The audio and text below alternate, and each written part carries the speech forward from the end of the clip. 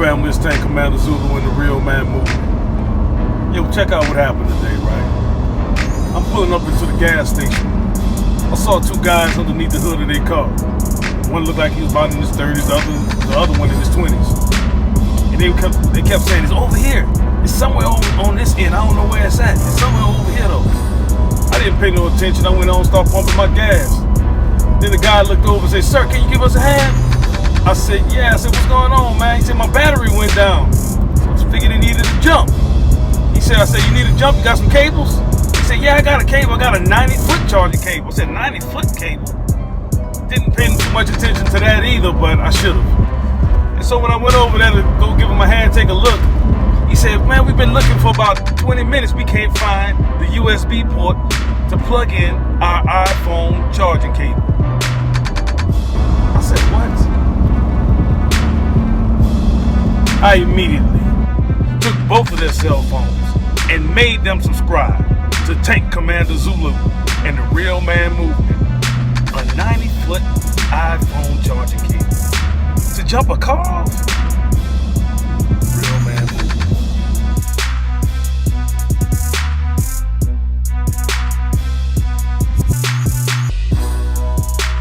Salute family. It's Tank Commander Zulu back at y'all once again and the Real Man Movement. Today, here at the Real Man Movement, we're going to be talking about unity and separation. What happens when unity meets separation and the two collide? Where do you stand as a real man or woman when this dynamic occurs? Let's talk about unity and separation. In other words, let's talk about us here at the Real Man Movement with Tank Commander Zulu. Fire in the hole, baby.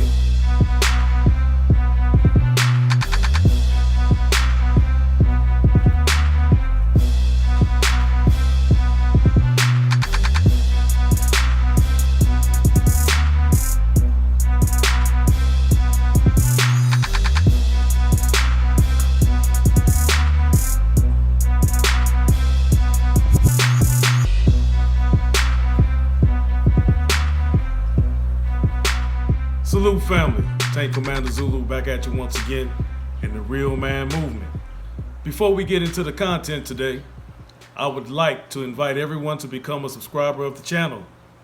If you are not a subscriber, please subscribe today. Also, I need every participant, everyone who watched the videos, to give the videos a thumbs up.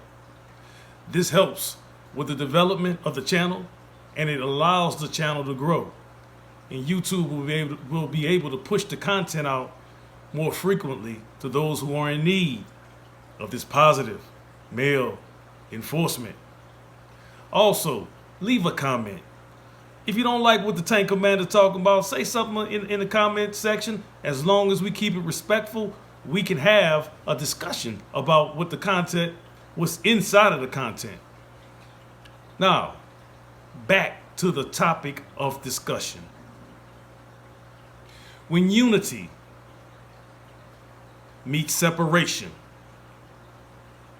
and the two collide, what happens in the life of a real man or a real woman when you are involved in that dynamic? Well, you know, it's very interesting about unity. Today, in today's environment, you hear a lot of people calling for unity in all areas. No matter what the area may be, people tend to call for unity.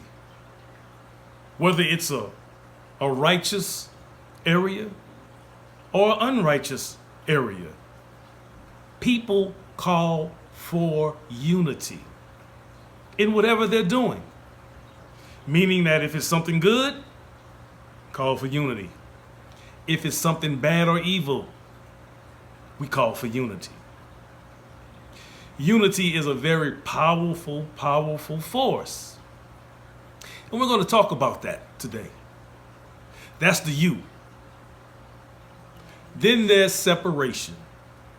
Whenever there's an attempt to have unity, in one form or another, there will be the collision of separation. Separation will come and confuse unity in everything. Doesn't make a difference what it is. Today, under Donald Trump's administration, we see right now an impeachment process going on. You see, there was unity once upon a time concerning Donald Trump, his values, and what he was expected to be and do. But now separation has come. I mean, it's really come to the forefront. Whether they agreed with him in the beginning or not, but now separation has met that unity. And now what do we have? We have confusion in the White House, and I'm using that for a simple example. Let's break these things down. Separation is the S. Unity is the U. U-S, us. And I'm breaking this down to an individual perspective. Because in one way or another, we have all been involved in something concerning unity. We've been a part of something that produced unity, togetherness. And we've also have been a part of unity, and we have witnessed separation. The S, us. You see, this dynamic boils down to each and every one of us individually. How do we handle unity, the U? And how do we handle separation, the S, us? How do we handle these things? Well, let's look at American history, right? There's a lot that can be done under the form of unity. We as human beings living this human experience can get a lot done under unity. When we are united, like the fist is powerful when it's united. When it's separated, it can only produce a slap, which has a sting, but not the power as when you pull these things together, these units, and create a fist. That's unity. If I hit you with this, you go feel it, but if I hit you with this, you go know something for real. It's a difference. Everybody at every level has experienced unity. Inside of your family, you experience unity at one level or another. Also inside of your family, you experience separation at one form or another. On your job, in society in general, these two dynamics exist. Unity, the U, separation, us. You see, when they meet, and they always do, chaos happens. Separation happens. And why is this so important for a real man and a real woman to understand? Because no matter what you're trying to build or what you're trying to do in this human experience, in this lifetime, you're going to meet resistance. In unity, you're going to meet some form of separation. Is separation always bad? No, it isn't. Because people can come together and unify under evil purposes. Unify and pull themselves together to do something evil and hurtful. Whether we understand it or not, it takes unity for hate to spread. For hate to be so strong in a society, in the fabric of a society, that takes a form of unity. Inside of unity, there is strength. Is unity always good? No, it is not. Does unity always serve a noble purpose? No, it does not. A lot of times unity can serve an evil purpose. And that's when separation comes also. Is separation always bad? No, it's not. Sometimes separation comes to break up evil unities. And we know that separation, it can work the opposite way as well. Sometimes separation can meet unity and tear apart something that was good, which appeared to be good. But we're talking about separation from every angle. Some things are good to be separated from in your life. You have been united with it for so long. Your understanding has been so corrupted through your union. Not understanding that it's really serving that particular union is serving an unrighteous or evil position. So it needs separation to hit it. The us, the union, the separation to meet and collide, to take us away from that evil union. Let me give you some practical examples, right? There was a guy named Bernie Madoff, and many of you may know who he is, but if you don't know who he is, Google him. He was a financial advisor. He worked on Wall Street, so to speak, and people may understand that a little better.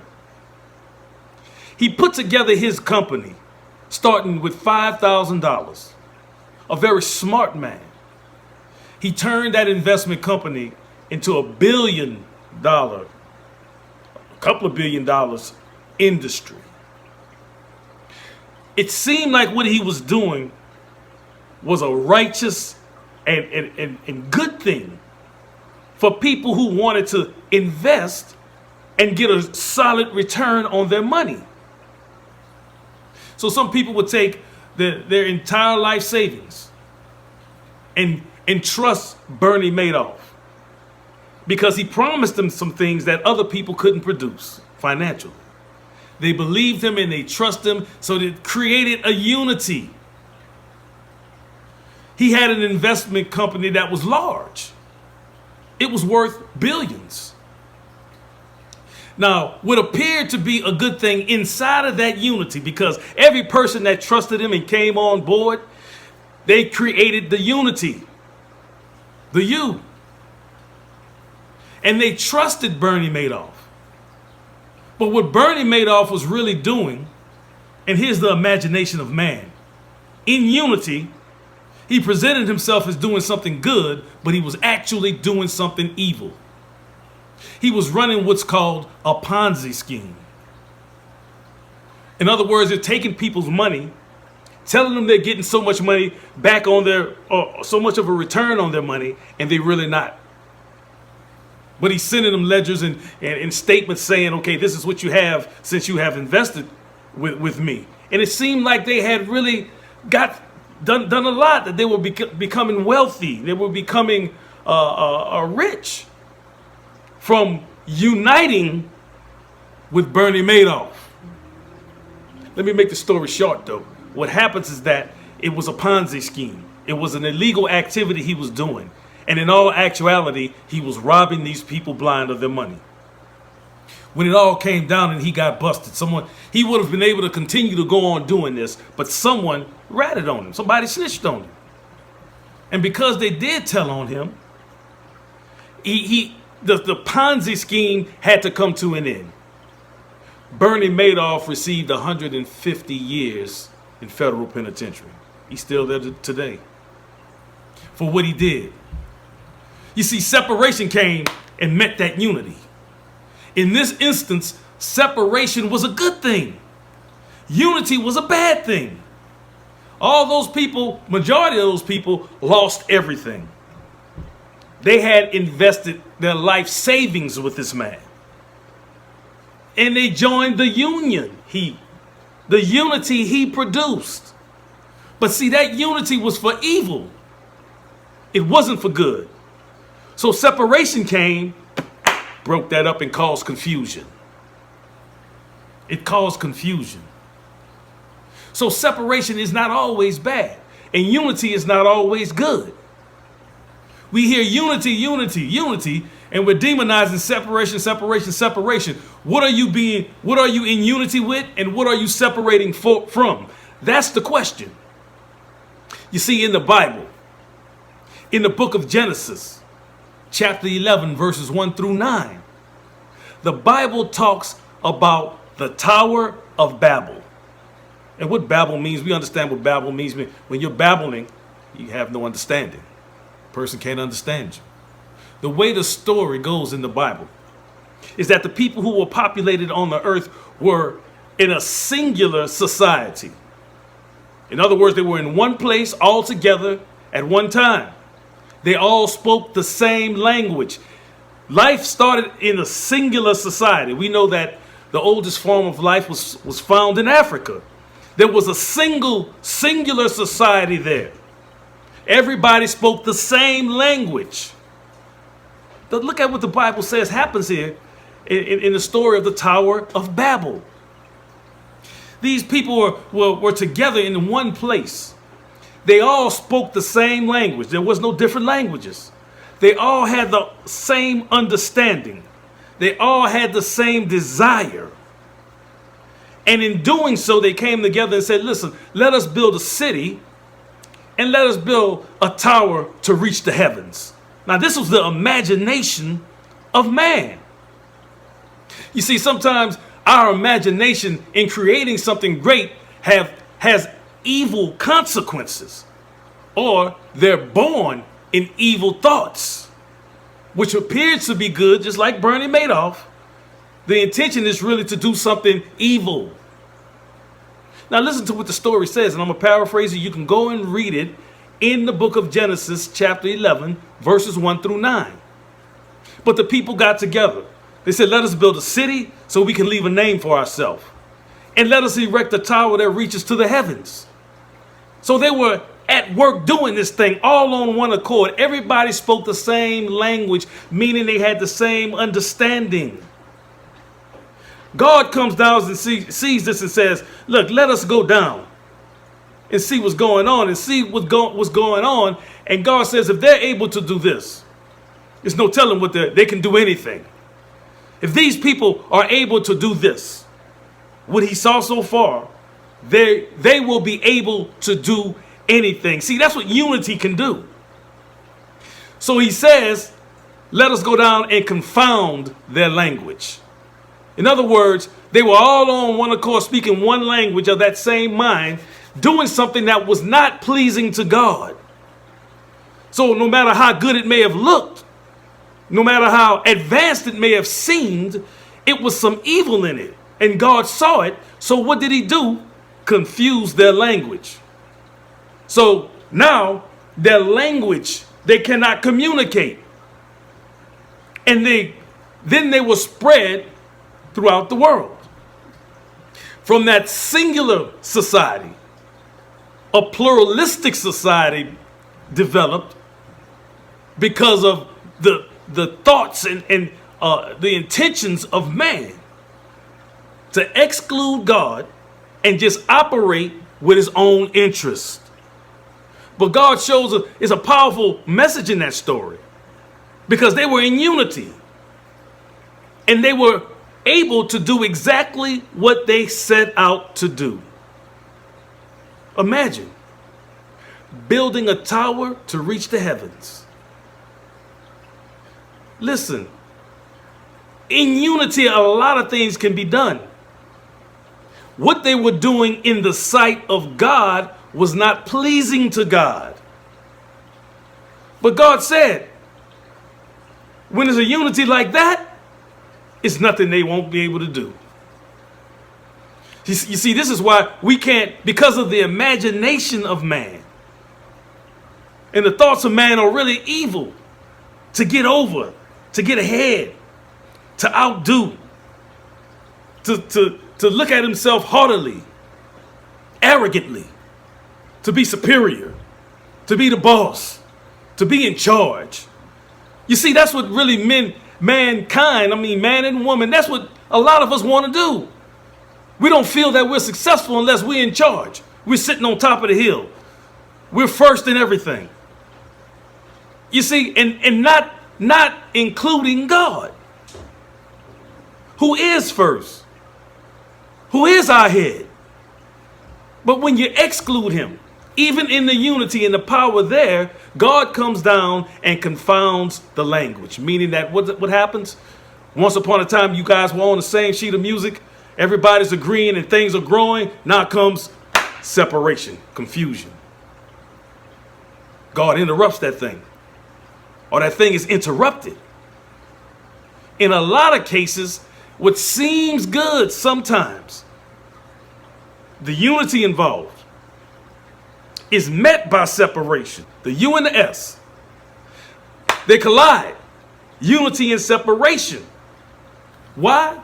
To stop you from doing what you're doing in your imagination that is evil, that is not right. And this is pretty deep for some people, but listen, I'm gonna break it down as simple as you can. When you are doing something that the intention, the long-term intention or the short-term intention, whatever length of time it may be, the goal is to only achieve what you want and not being concerned about who you hurt along the way. No matter how many people agree with you, how many people you deceive and you trick, and the people you think that are unified with you and following you and believing that you are telling them a truth when you're only producing a lie. The people who believe that you are telling them something righteous when you are only leading them in an unrighteous place or to an unrighteous place. Separation comes. It happens in all organizations. There's not an organization today in American society that has not been affected by separation. Any organization, no matter how tight it was or believes it is, has had people separate from it. In other words, some kind of way, the language was confounded. It caused a separation. You're not on the same, you don't understand the language anymore, what's going on. You're not on the same accord anymore. You're not on the same sheet of music, as we say. That's when the separation occurs. Sometimes it's for the good, and sometimes it's for evil. It's us. You see, what I'm getting to is that us, individually, there's times where we are unified to things in our lives that produce good, and some things that produce bad and evil. And we know that intention. And things will come. The separation will come and meet and collide with that unity. And it produces confusion. Friends who were once upon a time good friends, and everything that they did, whether it was right or wrong, they were unified. They call them today, that's my ride or die, my BFF, or whatever you want to call it. Once upon a time, they were like this. Separation comes. Clashes with that unity. And they don't even speak to each other anymore. Is it for good purposes or a bad purpose? You have to be the one to determine that. That happens in your life. But unity, the U, and separation, the S, happens to all of us. Individually. One way or another. We have to realize whatever we do, and I'm just going to say it, we have to consider God. And when we don't consider God, no matter how unified we may think we are, well, there's a separation that's going to come, and there's a confusion that's going to come. And even in times when you do consider God, there's a separation that has to come to that unity in some places so God can make you see clearer. Some people that are around you inside of your unity are not meant to be there. Separation has to come to get them out. but it doesn't dissolve unity. Unity can be between 2 people or 2 million people. But the separation, how does a real man and a real woman deal with that separation? We deal with it with honor. First of all, we consider God. And in doing so, God gives us the guidance on whether we are united or we are separated. And with that, family, I'm going to go ahead and stop the tank. Once again, if you are not a subscriber, I invite you to subscribe. And I need everybody listening to give this video a thumbs up. If you have an opinion about the topic of discussion, leave a comment down in the comment section. I will respond to every comment. And we can start a conversation. We can build a community of real men and real women.